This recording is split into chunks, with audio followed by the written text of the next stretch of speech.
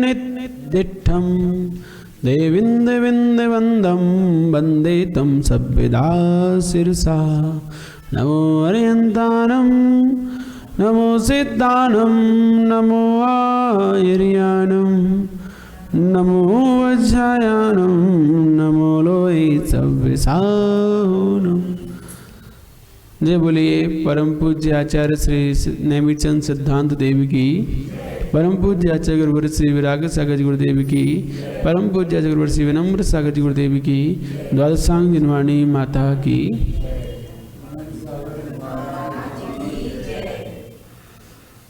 कल हम 12 गुण स्थान तक पहुंच चुके थे।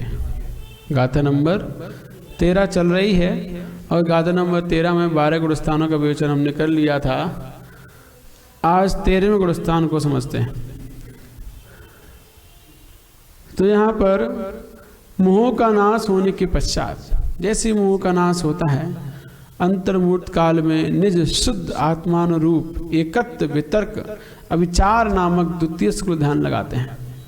ये 12वें गुण स्थान में होता है, एकत्व वितर्क अविचार नामक शुक्ल ध्यान, जिसमें मात्र एक आत्मा पर ही ध्यान होता है, एक द्रव्य पर ही होता है। पृथक वितर्क विचार 8वें गुण स्थान में लगता है। वहाँ पर वो दूसरा पहला शुक्ल ध्यान पृथक वितर्क विचार जो लगाया जाता है जब कर्मों का क्षय होता है, उस समय 8वें 9वें गुण स्थान में, 8वें 9वें 10वें गुण स्थान में पृथक वितर्क विचार नाम का शुक्ल ध्यान होता है। उसमें पृथक वितर्क माने बार बार जिसमें अलग अलग तर्कणा चलती है। कभी द्रव्य पे चिंतन चल रहा है, कभी पर्याय पर, कभी गुण पर, तो गुण पर फिर द्रव्य पर, फिर पर्याय पर बदलता रहता है जिसमें चिंतन, वह पृथक वितर्क विचार नाम का शुक्ल ध्यान होता है। एकत्व वितर्क विचार जिसमें बदलता नहीं है, द्रव्य पे है तो द्रव्य पे ही रहेगा, गुण पे है तो गुण पे ही रहेगा, पर्याय पे है तो पर्याय पे ही रहेगा। किसी एक का अवलंबन लेकर जो निर्विकल्प शुद्ध ध्यान होता है, वह वहाँ पर सारे के सारे वो जो बचे हुए ज्ञानावर्णी दशनावर्णी अंतराय घाती कर्म है, उनको नाश कर दिया करता है। तो इस प्रकार दूसरे शुक्ल ध्यान में स्थिर होकर अंतिम समय में ज्ञानावर्त श्रवण अंतरायण तीनों को एक साथ एक काल में सर्वथा निर्मूल करके मेघ पटल से निकले हुए सूर्य के समान संपूर्ण निर्मल केवल ज्ञान किरणों से लोक अलोक के प्रकाशक 13वें गुण स्थानवर्ती जिन भास्कर होते हैं, जिन सूर्य होते हैं। तो यहाँ पर जैसे मेघ पटल छाया हो, उसके पीछे सूर्य दुपा रहता है, वैसे ही ज्ञानावरण आदि कर्म हटते ही केवल ज्ञान रूप सूर्य प्रकट हो जाता है। लोक अलोक को जानने वाले वह सहयोगी केवली जिनके मन वचन काय हैं, इसीलिए उन्हें सहयोगी कहते हैं, सहयोगी केवली, क्योंकि अभी योग सहित हैं। तो कौन कौन से योग हैं अभी इनके? वचन और काय।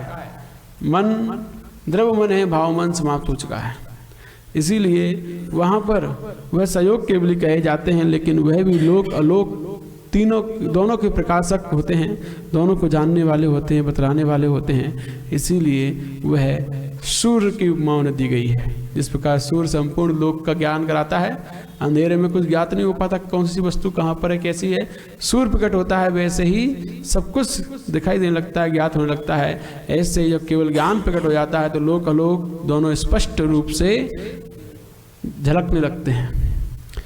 और आगे मन वचन काय वर्गणा के अवलंबन से कर्मों के ग्रहण करने में कारण जो आत्मा के प्रदेशों का प्रस्पंद रूप योग है, उससे रहित 14वें गुण स्थानवर्ती योगी जिन होते हैं। तो यहाँ पर जैसे ही वह 13वें गुण स्थान में सूक्ष्म क्रिया निर्वर्तिनी, कौन सा? सूक्ष्म क्रिया प्रतिपाती, हाँ, व्युपरत क्रिया निवृत्ति नहीं आता है, सूक्ष्म क्रिया प्रतिपाती नाम का शुक्ल ध्यान लगाते हैं, वैसे ही वो अपने सारे के सारे योगों का निरोध कर देते हैं। मन का, वचन का, काय का, तीनों का निरोध हो जाता है। तीनों का निरोध करते ही वह 14वें गुण स्थान में आ जाते हैं, जिसे हम अयोग केवली गुण स्थान कहते हैं। ये 14वां गुण स्थान है। यहाँ पर मन वचन काय तीनों से रहित हो जाते हैं, इसीलिए अब किसी प्रकार का आश्रव नहीं होता।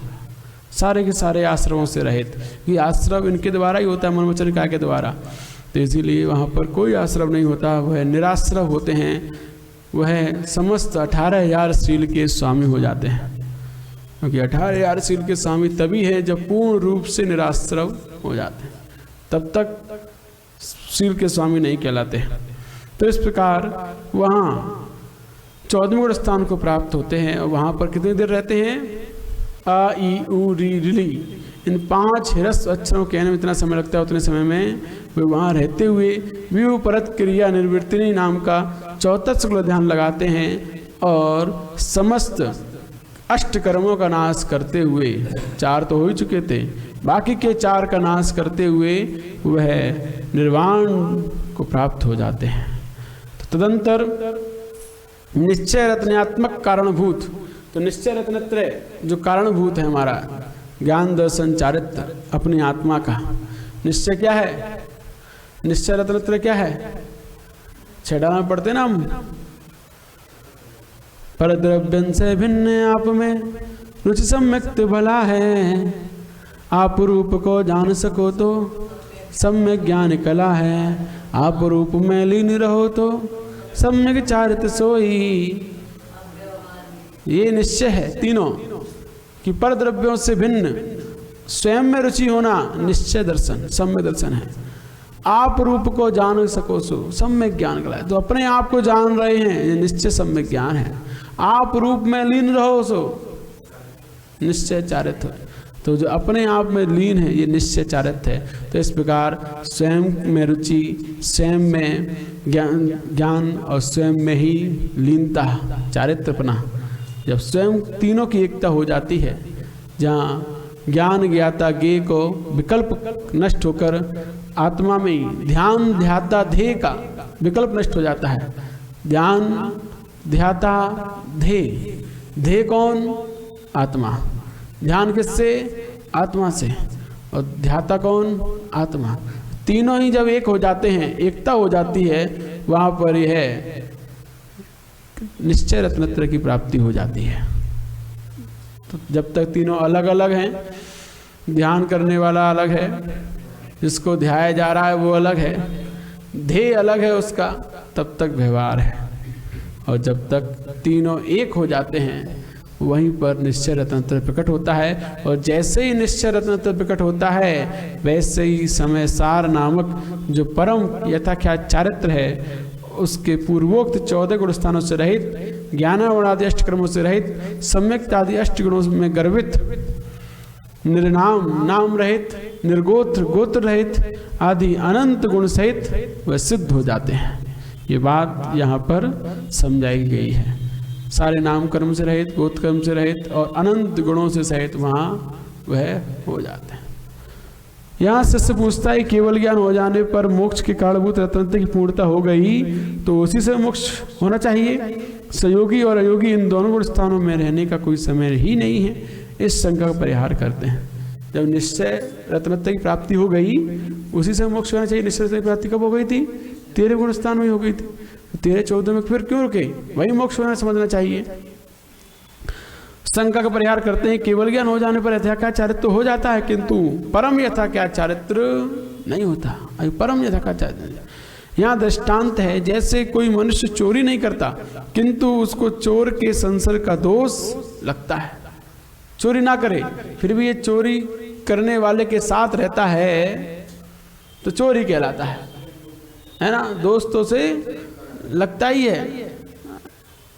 इसी तरह सहयोग केवली के चारित्र का नाश करने वाले चारित्र मोहिनी का उदय का अभाव है, तो भी निष्क्रिय शुद्ध आत्मा के आचरण से विलक्षण जो तीनों योगों का व्यापार है, वह चारित्र में दूषण उत्पन्न करता है। तीनों योगों से रहित जो अयोगी जिन्हें उनके अंत समय को छोड़कर शेष 4 घाती कर्मों का तीव्र उदय चारित्र में दूषण उत्पन्न करता है, और अंतिम समय में उन घाती कर्मों का मंद होने पर चारित्र में दोष का अभाव हो जाने से अयोगी जिन मोक्ष को प्राप्त हो जाते हैं। इस प्रकार 14 मार्ग गुण स्थानों का व्याख्यान समाप्त हुआ। ये 14 गुण स्थान पूर्ण हुए। अब आते ही 14 मार्गणाएं।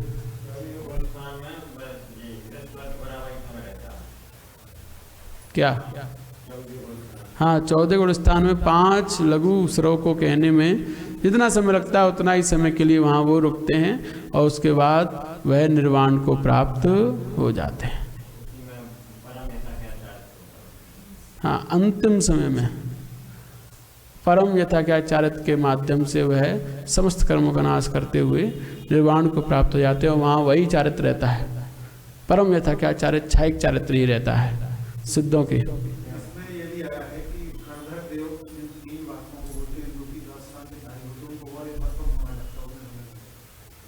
गणधर देवों को उन्हें और कम समय लगता है।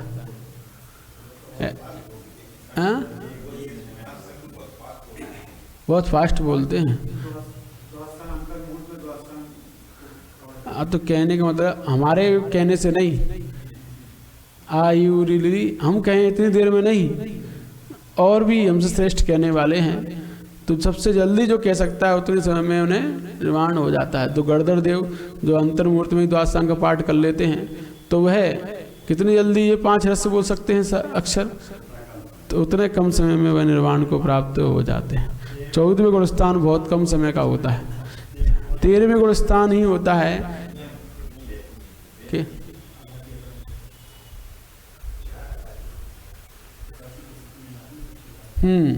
तो यहाँ पर आगे पढ़ो। अब 14 मार्गणाओं का कथन किया जाता है। कर्मकांड पढ़ोगे तब ये प्रकृतियों का वर्णन आएगा। विषय से विषयांतर क्यों हो रहे हो? गई इंद्रिय चकाहे जो वे कसाय नानया संयम दन संलिस्या भवया समत्त संन्याहारे। ये 14 मार्गणाएं हैं। गति, इंद्रिय, काय, योग, वेद, कसाय, ज्ञान, संयम, दर्शन, लिस्या, भव्य, सम्यक, तो संगी और आरक। इनको 14 मार्गणा जाननी चाहिए। मार्गणा किसे कहते हैं? जिसके माध्यम से जीवों की खोज होती है उसे मार्गणा कहते हैं। जिसके माध्यम से जीवों की खोज की जाए मार्गणा कहलाती है। और गुणस्थान तो हमने पहले बता ही दिया था। मोह और योग के परिणाम भूत जो जीव का स्थान बनता है, भाव बनता है, वो गुणस्थान कहलाता है। तो यहाँ इन 14 मार्गणाओं से जीव की खोज की जाती। कौन सा जीव कैसा है? निज आत्मा की प्राप्ति से विलक्षण नरक, त्रियक, मनुष्य तथा देवगति भेद से गति मार्गणा 4 प्रकार की है। तो गति मार्गणा 4 प्रकार की होती है क्योंकि 4 प्रकार की ये आत्मा गतियों में भटकती रहती है। निज आत्मा की प्राप्ति से विलक्षण, जब तक अपनी निज आत्मा की प्राप्ति नहीं करेंगे तब तक इन विलक्षण नरक, त्रियंच, देव और मनुष्य गतियों में भटकना तय है। इसके बाद अतीन्द्रिय शुद्ध आत्म तत्व के प्रतिपक्ष भूत। तो अतीन्द्रिय हमारी आत्मा कैसी? इंद्रियों से रहित शुद्ध आत्म तत्व रूप है। इससे प्रतिपक्ष, इसके विरुद्ध भूत कौन है? 1 इंद्रिय, 2 इंद्रिय, 3 इंद्रिय, 4 इंद्रिय, 5 इंद्रिय भेद से इंद्रिय मार्गणा 5 प्रकार की है। निश्चय से तो हम अतीन्द्रिय हैं, लेकिन जब संसार में कर्म सहित होते हैं तब इन 5 इंद्रियों में से कोई ना कोई 1 इंद्रिय को लेकर हम एक प्रकार के, इन 5 इंद्रियों जीवों में से कोई ना कोई एक प्रकार के इंद्रिय मार्गणा में होते ही होते हैं। इसके आगे शरीर रहित आत्म तत्व से भिन्न पृथ्वी, जल, अग्नि, वायु, वनस्पति और तरस काय के भेद से काय मार्गणा 6 प्रकार की होती है। तो शरीर रहित है आत्मा, लेकिन जब कर्मोपाधि सापेक्ष है तब कोई ना कोई शरीर धारण करके ही जीती है। चाहे पृथ्वी का एक का हो, जल का एक का हो, अग्नि का एक का हो, वायु का एक का हो, वनस्पति का एक का हो, या तरस में 2 इंद्रिय, 3 इंद्रिय, 4 इंद्रिय या 5 इंद्रिय, कोई भी काय, इन 6 कायों में कोई ना कोई काय मार्गणा में वो रहती ही रहती है, क्योंकि वह शरीर रहित आत्म तत्व से अभी भिन्न है। उसमें उस अवस्था को प्राप्त नहीं कर पाई है। अब यहाँ पर व्यापार रहित शुद्ध आत्म तत्व से विलक्षण हमारी शुद्ध आत्मा समस्त प्रकार के व्यापार से रहित, व्यापार माने परिस्पंदन से रहित, परिस्पंदन का मतलब वाइब्रेशन से रहित, आश्रव से रहित होती है यह शुद्ध आत्मा। लेकिन जब तक इसमें ये मनोयोग, वचन योग, काय योग, इन 3 भेद से योग मार्गणा 3 प्रकार की है, तो इस जब तक ये योग रहते हैं तब तक वह व्यापार कोई ना कोई करती ही रहती है, पर स्पंदन चलता ही रहता है। विस्तार से सत्य मनोयोग, असत्य मनोयोग, उभय मनोयोग और अनुभव मनोयोग के भेद से मनोयोग 4 प्रकार का है। इसी प्रकार सत्य, असत्य, उभय, अनुभव के भेद से वचन योग भी 4 प्रकार का है। औदारिक, औदारिक मिश्र, व्यक्तिक, व्यक्तिक मिश्र, आहारक, आहारक मिश्र और कारमान, इस प्रकार से 7 प्रकार का योग होता है। टोटल मिलाकर 15 प्रकार की योग मार्गणा जाननी चाहिए। ठीक है। वेद के उदय से उत्पन्न होने वाले राग आदि दोषों से रहित जो परमात्म द्रव्य है, तो वेद के उदय से हमारे अंतरंग में राग उत्पन्न होता है। उस राग से रहित जो परमात्म द्रव्य है उसको प्राप्त जब तक नहीं कर ले तब तक हमें स्त्री वेद, पुरुष वेद और नपुंसक वेद, इन 3 वेद मार्गणाओं में भटकना पड़ता है। कसाय रहित शुद्ध आत्मा के स्वभाव से प्रतिकूल, आत्मा का स्वभाव कैसा है? कसायों से रहित। उसके प्रतिकूल जब हम होते हैं, कसाय सहित होते हैं, तब क्रोध, मान, माया, लोभ के भेद से 4 प्रकार की कसाय मार्गणा में रहना पड़ता है। विस्तार से अनंतानुबंधी, अप्रत्यक्षानुवरण, प्रत्यक्षानुवरण और संजुलन, इन सबकी 4 16 भेद इनके हो जाते हैं। हास्य आदि 9 कसाय, हास्य, रति, अरति, शोक, भय, जुगुप्सा, स्त्री वेद, पुरुष वेद और नपुंसक वेद, ऐसे 25 कसाय मिलकर कसाय मार्गणा बनती है। तो इस प्रकार जब तक शुद्ध आत्म स्वभाव को प्राप्त नहीं होते तब तक इन 25 प्रकार कसाय मार्गणा में कोई न कोई मार्गणा में हम होते ही होते हैं। मतिश्रुत अवधि माने परे और केवल ज्ञान, 5 ज्ञान, कुमति, कुश्रुत, कुअवधि और ये 3 अज्ञान, इस प्रकार 8 प्रकार की ज्ञान मार्गणा है। तो जब तक केवल ज्ञान की प्राप्ति नहीं हो जाती तब तक कोई ना कोई ज्ञान में रहना ही है जीव को। बिना ज्ञान के कोई जीव होता नहीं है, चाहे वो छोटा सूक्ष्म निगोदीय जीव क्यों ना हो, उसको भी पर्याय ज्ञान तो होता ही होता है। सामायिक, छेदोपस्थापना, परिहार, विशुद्धि, सूक्ष्म, सांप्रदाय, यथाख्यात, ये 5 प्रकार का चारित्र और संयमा, संयम तथा असंयम, ये 2 प्रतिपक्षी, ऐसे संयम मार्गणा 7 प्रकार की है। तो 5 प्रकार का चारित्र जोड़ दिया और संयमा, संयम और असंयम, ये भी 2 और को जोड़कर 7 प्रकार की संयम मार्गणा बन जाती है। क्योंकि कोई ना कोई जीव यदि 5 प्रकार के संयम को प्राप्त नहीं है तो किसी न किसी अवस्था में तो है, तो किस में रहेगा? असंयम में रहेगा। तो उसको भी जेल लेना पड़ेगा। उसको किस में लेंगे? जिन्होंने संयम को धारण नहीं किया उन्हें किस में लेंगे? तो उन्हें असंयम मार्गणा में रखा है, क्योंकि वो उनको कहाँ ले जाएंगे। इसीलिए असंयम मार्गणा अलग बनाई है, और जिन्होंने एक देश व्रत ले लिया है उन्हें संयम संयम में रखा है। उन्होंने सकल व्रत लिए हैं उनके छायिक, सामायिक, छेदोपस्थापना, ये 2 तो रहते ही है वर्तमान में। 6वें 7वें गुण स्थान में 2 चारित्र, 2 प्रकार चारित्र और पर्याय विशुद्धि चारित्र विशेष वनराजों को होता है, जो 30 वर्ष तक सुखपूर्वक घर में रहते हैं, जिन्हें 1 गिलास पानी भी उठाकर पीने की आवश्यकता नहीं होती। पूर्ण सुख होता है, उनके हाथों में सब कुछ रहता है, किसी प्रकार का दुख नहीं होता 30 वर्ष तक।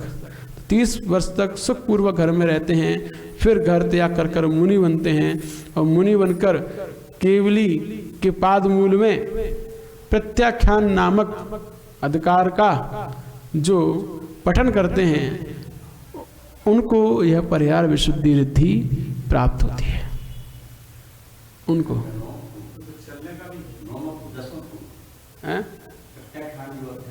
अब जो भी हो, तो प्रत्याख्यान नाम का जो अधिकार है, पूर्व है, उसका जो अध्ययन करते हैं उनको यह पर्याय विशुद्धि रिद्धि प्राप्त होती है। और वह रोज इस रिद्धि के प्राप्त हो जाने के बाद रोज गमन करते हैं, कम से कम 2 कोस 4 कोस तो उन्हें चलना ही चलना होता है, और वह जमीन से ऊपर गमन करते हैं। उनके द्वारा कभी भी किसी जीव की हिंसा नहीं होती है, इन्हें चतुर्मास करने की आवश्यकता नहीं होती है, क्योंकि यह जीवों की हिंसा से रहित होते हैं। तो ये पर्याय विशुद्धि विशेष मुनराजों को होती है। सुख सांप्राय यथाख्यात, 10वें गुण स्थान में सुख सांप्राय, 11वें 12वें गुण स्थान में यथाख्यात, ये 5 प्रकार के चारित्र वाले जीव इस संसार में होते हैं। आगे चक्षु, अचक्षु, अवधि, केवल दर्शन, इन भेदों में दर्शन मार्गणा 4 प्रकार की है। तो दर्शन मार्गणा 4 प्रकार की।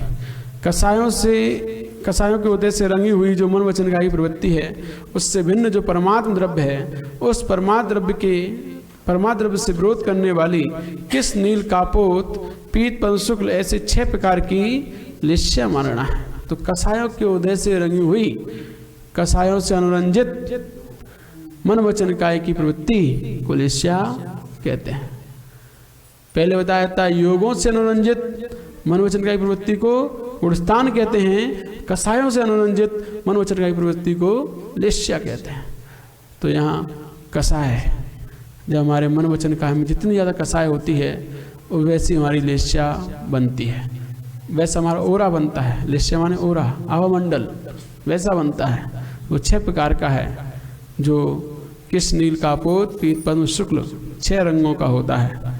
तो जब तक हम परमात्म द्रव्य को प्राप्त नहीं होते तब तक इन 6 प्रकार की लिस्याओं में कोई न कोई लिस्या में हम रहते ही रहते हैं। भव्य और अभव्य के भेद से मार्गणा 2 प्रकार की है। कोई न कोई जीव भव्य होगा या अभव्य होगा, इन 2 में से कोई न कोई तो अवस्था में वो रहता ही है। तो ये 2 प्रकार की मार्गणा होती है। यहाँ शिष्य प्रश्न करता है कि शुद्ध पारणामिक परम भाव शुद्ध निश्चय की अपेक्षा से जीव गुणस्थान तथा मारणाओं से रहित है, ऐसा पहले कहा गया है। और अब यहाँ भव्य अभव्य रूप मारणा में भी आपने पारणामिक भाव कहा, सो यह तो पूर्वा पर विरोध है। अब इस शंका का समाधान करते हुए कहते हैं कि पूर्व प्रसंग में तो शुद्ध पारणामिक भाव की अपेक्षा से गुणस्थान और मारणा का निषेध किया है, और यहाँ पर अशुद्ध पारणामिक भाव रूप से भव्य और अभव्य दोनों मार्गणा में घटित होते हैं। तो भव्य अभव्य किसी कर्म के उदय से नहीं होता है, पारणामिक भाव से जीव भव्य और अभव्य होता है। ऐसे कौन से कर्म का उदय है कि जीव अभव्य है? तो कोई कर्म का उदय नहीं है, वो स्वयं के निष्परिणामों से है, इसीलिए पारणामिक भाव कहा है। कौन से कर्म के उदय से जीव भव्य बना? कोई कर्म का उदय नहीं है, कोई कर्म का क्षय उपशम नहीं है, कोई कर्म का क्षय नहीं है। यहाँ कर्मों से रहित अवस्था जो है, इसीलिए उसे पारणामिक भाव कहा है। तो भव्य अभव्य पारणामिक, तो पारणामिक भाव तो आपने कहा शुद्ध होता है, तो शुद्ध और अशुद्ध दोनों प्रकार का होता है। जब शुद्ध पारणामिक भाव होता है तो वहाँ पर वह गुणस्थान मार्गणा सबसे रहित होता है। जब अशुद्ध पारणामिक भाव होता है तब भव्य अभव्य मार्गणा में होता है। तो ये समझना चाहिए, ठीक है। यदि कदाचित कहो कि शुद्ध अशुद्ध ऐसे पारणामिक भाव 2 प्रकार का नहीं है, किंतु पारणामिक भाव शुद्ध ही है, तो भी ठीक नहीं, क्योंकि यद्यपि सामान्य रूप से पारणामिक भाव शुद्ध है ऐसा कहा जाता है, तथापि अपवाद व्याख्यान से अशुद्ध पारणामिक भाव भी है, वो भी होता है। यह अपवाद है कि जीव कोई न कोई भव्य परिणाम को प्राप्त होता ही है। इस कारण जीव भव्याभव्यत्वानि च, इस तत्वासूत्र में जीवत्व भव्य तथा अभव्यत्व इन भेदों से पारणामिक भाव 3 प्रकार कहा है। उनमें शुद्ध चैतन्य रूप जो जीवत्व है वह अविनश्वर होने के कारण से शुद्ध द्रव्य के आश्रित होने से शुद्ध द्रव्यांतर की अपेक्षा शुद्ध पारणामिक भाव का है, उसका नाश कभी नहीं होता। संसार में भी रहता है जीवत्व भाव, मोक्ष हो जाने पर, शुद्ध हो जाने पर भी जीवत्व भाव रहता है, इसीलिए पारणामिक भाव वहाँ पर भी शुद्ध है। शुद्ध द्रव्य में होने पर वहाँ शुद्ध पारणामिक भाव है, और यहाँ अभी हम संसार में हैं तो अभी हम अशुद्ध हैं, इसीलिए अशुद्ध पारणामिक भाव भी समझना चाहिए। तथा जो कर्म के से उत्पन्न 10 प्रकार के प्राणों रूप जीवत्व है, वह जीवत्व भव्यत्व अभव्यत्व के भेद से 3 प्रकार का है, और ये तीनों विनाशशील होने के कारण पर्याय के आश्रित होने से पर्यायार्थिक ने की अपेक्षा अशुद्ध पारणामिक भाव कहे जाते हैं। समझ में आ गया? इनकी अशुद्धता, जी हाँ, जो अभव्य है वो अनादिकाल से अभव्य है और हमेशा अभव्य ही रहेगा। अभव्य कभी भव्य नहीं होगा, भव्य कभी अभव्य नहीं होगा। ये इसमें कोई कर्म की अपेक्षा नहीं है, इसीलिए परिवर्तन नहीं होता है। कर्म की अपेक्षा होती तो परिवर्तन हो जाता कि इस कर्म का क्षय हो जाएगा तो भव्य बन जाएगा, लेकिन वहाँ कोई कर्म ही नहीं है तो किसका क्षय करेगा? वो तो स्वभाव है, स्वाभाविक है। जिस प्रकार समझ लो, जैसे कि एक खेत में फसल की जा रही है मूंग की, है ना। अब मूंग की फसल की जा रही है, उसमें पूरी जमीन में, पूरे खेत में समान रूप से पानी दिया, समान रूप से खाद दी, समान रूप से सूरज का प्रकाश है, हर वस्तु समान रूप से पूरी फसल को प्राप्त हुई है, फिर भी उसमें कोई एक ऐसी फसल होती है जो ठुर्रा मूंग कहलाती है, जो ठुर्रा मूंग कहलाती है, जो कभी गलती नहीं है। कितना भी सीटी लगाओ कुकर की, कितनी भी अग्नि दो, कितना भी पानी दो, लेकिन गलती नहीं है। कैसे हुई? कौन से कर्म की वजह से हुई? स्वाभाविक है, वो खुद के स्वयं ही उसने परिणमन किया है। क्योंकि हमने तो सबको समान रूप से खाद दिया था, पानी दी थी, मिट्टी सबकी एक जैसी थी, सूर्य का प्रकाश सबको एक जैसा मिला, सब कुछ एक जैसा मिला, लेकिन वो अपने आप ही परिणमन ठुर्रा में की है। तो परिणामिक भाव स्वयं से परिणमन किया है उसने, उसमें कभी परिवर्तन नहीं आएगा, उसमें वो गलेगी नहीं कितना ही पानी दो। ऐसी अभव्य जीव है, कोई भी कर्म का उदय नहीं था, स्वभाव से ही अभवपने को प्राप्त है। उसमें कितना भी तपाया जाए, कितना भी उसके व्रत नियम संयम उसे प्राप्त हो जाए, फिर भी वह अभव्य का अभव्य भी रहेगा, ठुर्रा मूंग की तरह, वह परिवर्तित नहीं हो सकता। ये समझना चाहिए, है ना। स्वयं ही परिणमन हुआ है। मूंग की दाल का परिणमन किसने किया? स्वयं ने किया। ऐसे ही उस अभव्य जीव ने भव्य रूप और अभव्य रूप स्वयं के परिणामों से ही हम उस रूप परिणमन हुए हैं। कोई कर्म की उसमें अपेक्षा नहीं है, इसीलिए वो पारिणामिक भाव कहलाता है। तो किसी ने प्रश्न किया था, गोष्ठी चल रही थी ललितपुर में, तो एक विद्वान ने प्रश्न किया था कि बाकी कर्म तो 6 हो जाते हैं, लेकिन ये भव्यपना कैसे 6 होता है? किस कर्म के 6 होने से जीव के भवपना 6 हुआ? हाँ, क्योंकि जब वो मोक्ष हो जाता है तो ना भव्य है ना अभव्य है, तो भवपना किससे गया? मोक्ष हो गया, उसे सिद्ध हो गए। तो कि जो भव्य अभव्यत्व भव्यत्व पारिणामिक भाव है, किसी कर्म के उदय 6 उपशम 6 की अपेक्षा नहीं रखते हैं। तो लेकिन जब जीव जो मोक्ष हो जाता है तो भवपना कहाँ गया, कैसे गया, किस कर्म के 6 होने से गया, किस अवस्था से गया? तो सोचने विचारने वाली बात आ गई थी।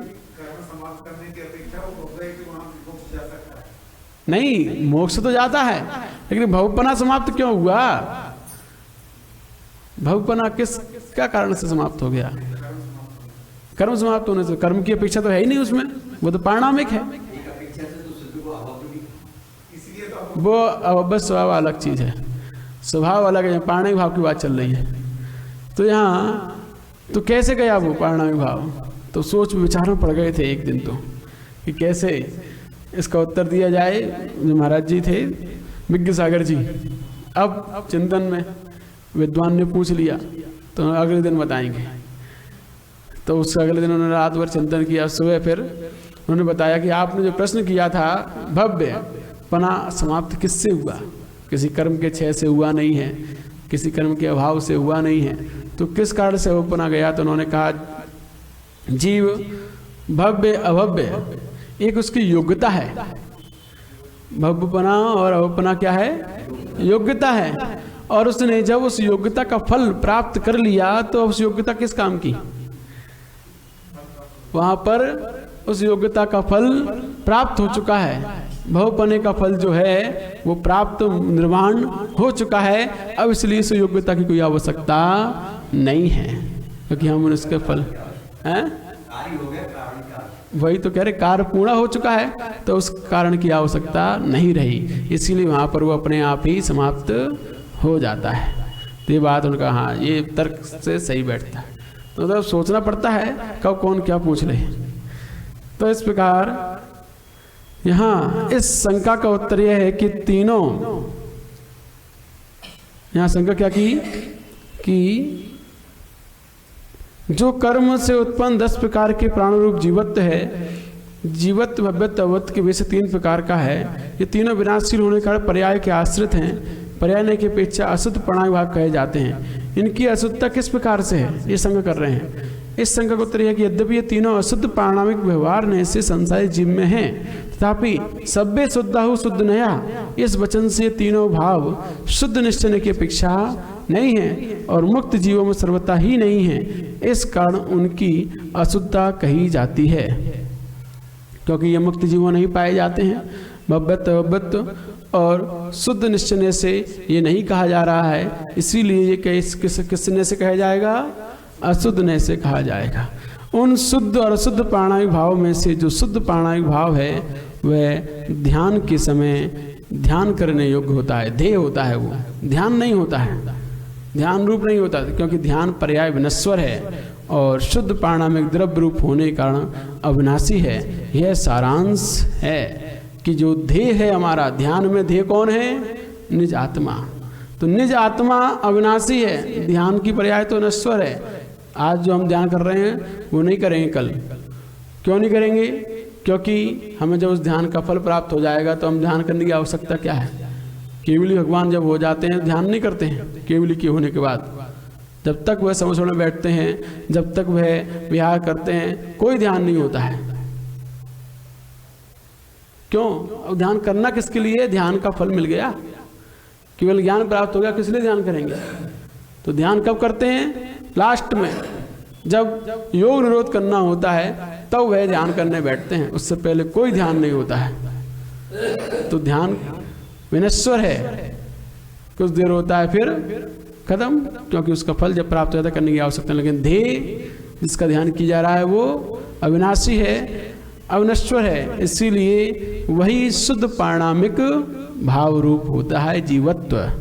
अब भव्यत्व तो अशुद्ध पारणामिक भाव भी जानना चाहिए, यही सारांश है। इस प्रकार यहाँ भव्य भव्य मार्गणा का बात पूरी हुई। अब सम्यक्त के भेद से सम्यक्त मार्गणा की बात करते हैं। सम्यक्त मार्गणा 3 प्रकार की है, औपसमिक, छायसमिक, छायिक, ये 3 प्रकार की है ना। और मिथ्या दृष्टि, सासादन और मिश्र, इन 3 विपक्ष भेदों के साथ 6 प्रकार की भी सम्यक्त मार्गणा जाननी चाहिए। सम्यक्त तो 3 प्रकार का होता है, लेकिन उस सम्यक्त के अभाव में भी जीव कहाँ रहेगा? तो इसीलिए वहाँ 3 प्रकार के विपक्ष और बनाए गए, मिथ्या दृष्टि, सासादन और मिश्र। ये 6 प्रकार की सम्यक्त मार्गणा में जीवों की उत्पत्ति होती है, जीव रहते हैं। संगित्व तथा असंगित्व के विलक्षण परमात्म स्वरूप से भिन्न संगी मार्गणा तथा असंगी के भेद से 2 प्रकार की है। संगी असंगी भेद से 2 प्रकार की है। जब यह जीव परमात्म स्वरूप से भिन्न होता है, उस रूप नहीं होता है, संसारी रूप होता है, तब तक संगी और असंगी में से कोई ना कोई एक रूप में रहता ही है। जब परमात्म स्वरूप को प्राप्त हो जाता है तब नो संगी नो असंगी, ना संगी है ना असंगी है, वहाँ दोनों से रहित हैं। क्योंकि असंगी कहेंगे तो उनके पास सोचने समझने की क्षमता नहीं रहेगी, उनकी प्रशस्त कार्य नहीं होंगे, इसीलिए असंगी भी नहीं है और संगी भी नहीं है, क्योंकि वो सोचते समझते भी नहीं है। सब कुछ स्वाभाविक होता है, सहज होता है, मन से कोई कार्य नहीं होता है। तो ना संगी है ना असंगी है, तो क्या है? केवल ज्ञानी है, परमात्म स्वरूप है। आहारक अनारक जीवों के भेद से आहार मारणा भी 2 प्रकार की है। तो 2 प्रकार की आहार मारणा होती है, आहारक और अनारक। आप लोग अभी बैठे हो, आहारक हो अनारक हो? हैं? अभी तो आप आहार कहाँ कर रहे हो? हैं?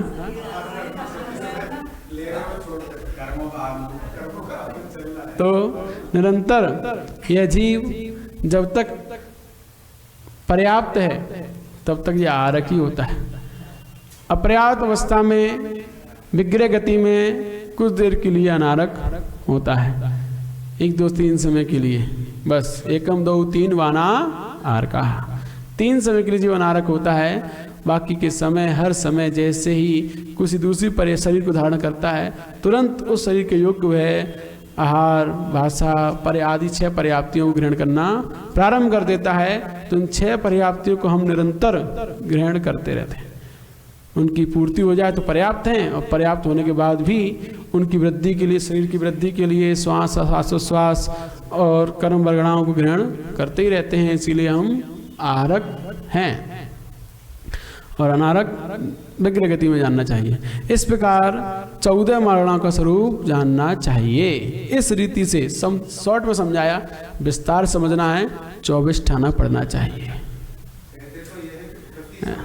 है ना।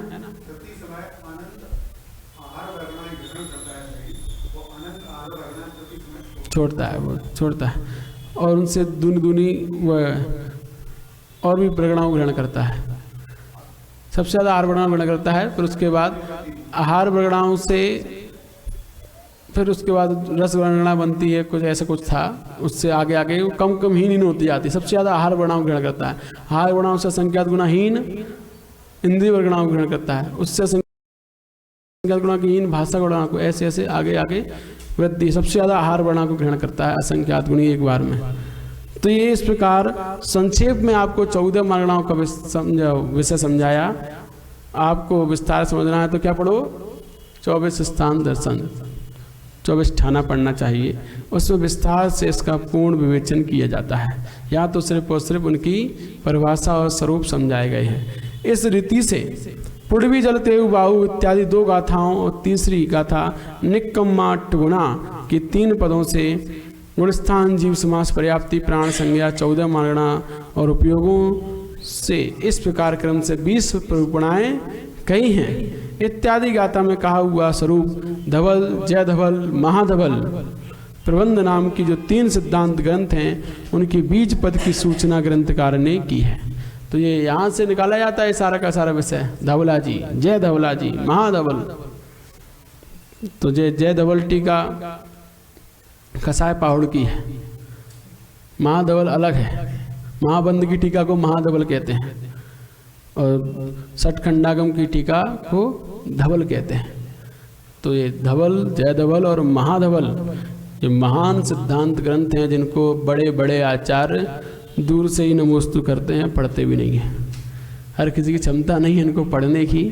तो इस यहाँ पर उसे बीज रूप में समझाया गया है। विस्तार से जानना है तो उनको पढ़ना चाहिए। सभ्य श्रद्धा सुधनया इस तृतीय गाथा के 4 पाद से शुद्ध आत्म तत्व के प्रकाशक पंचास्तिकाय प्रवचन सार और समय सार इन तीनों प्रभावितों का बीज पद सूचित किया गया है। तो शुद्ध आत्म तत्व के प्रकाशक कौन कौन से हैं? पंचास्तिकाय, प्रवचन सार, समय सार, इन तीनों प्रभावितों का बीज पद से यहाँ सूचित किया गया है। तो ये बात यहाँ कहा है। यद्यपि षटखंडाम के 6ठे खंड का नाम महाबंध ही है, तो 6वें खंड का नाम महाबंध है। वह इतने विस्तार पूर्वक विवेचित है कि उस पर टीका लिखने की आवश्यकता अभी तक किसी आचार्य ने अनुभव में नहीं आई। फलस्वरूप 6 खंड के आद्य 5 खंडों की टीका को धवला, 6ठे खंड महाबंध को महाधवला के रूप में प्रसिद्ध हुआ। इस तरह तीनों महाकाय ग्रंथ धवलांत नाम वाले हो गए। धवला, जय धवला, महाधवला। महाबंध का महाधवल नाम अन्यत्र भी मिलता है। महाबंध पुस्तक नंबर 1 पृष्ठ 1 से कसाय पहाड़ प्रस्तावना में सब लिखा है।